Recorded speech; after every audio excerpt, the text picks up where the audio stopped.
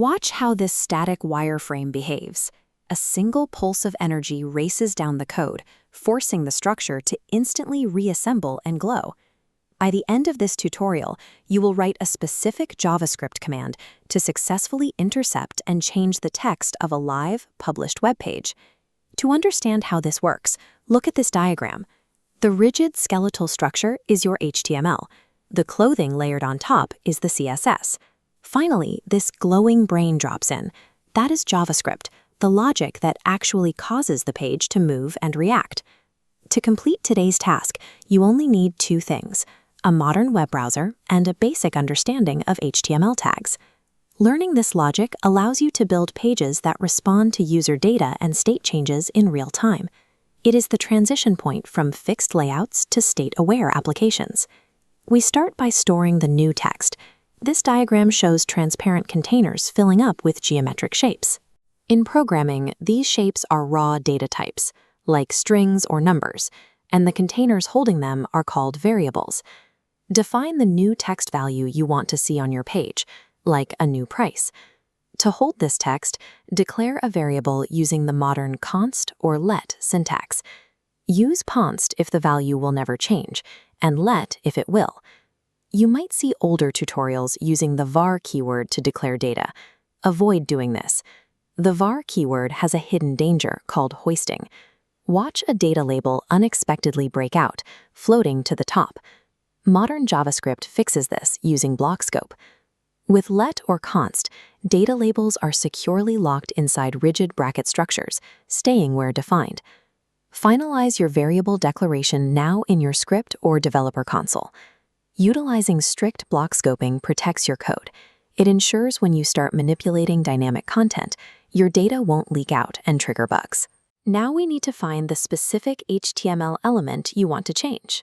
This diagram maps out the document object model, or DOM. It operates as an upside-down tree that branches downward from a root header node, passing through the body and connecting to every single interactive text node. To find your exact node, right-click the specific text you want to change and click Inspect. This opens the developer console. Look at the code pane on the right side. Scan the HTML tags until you locate the specific attribute meant for targeting. Here, it is highlighted as ID equals selling price. Be careful here. Ensure you are targeting the ID attribute and not a class. An ID is a strictly unique identifier. While a class can apply styling to dozens of elements at once, the ID ensures communication with one specific node, preventing unintended changes. By targeting unique IDs, your JavaScript will only manipulate the specific data you intend to change, leaving layouts intact. It is time to execute the visual update. Go to the bottom of your console to write the targeting function. Type document to access the DOM tree, followed by a period, and getElement by ID. Open parentheses and type the exact ID name verified earlier, wrapped in quotation marks. Accessing the actual characters on the screen requires a specific property. By adding .text content, you specify you want to manipulate the literal string of words nested inside.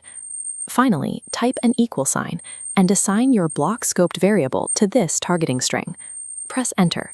Immediately, the original text on your web page is replaced by the new value stored in your variable. With just a single line of logic, you have successfully overridden the underlying structural instructions of the entire web page. You just completed your first true DOM manipulation. You declared a secure variable to hold your data, inspected the DOM tree to find a unique target ID, and built a bridge to overwrite the text content.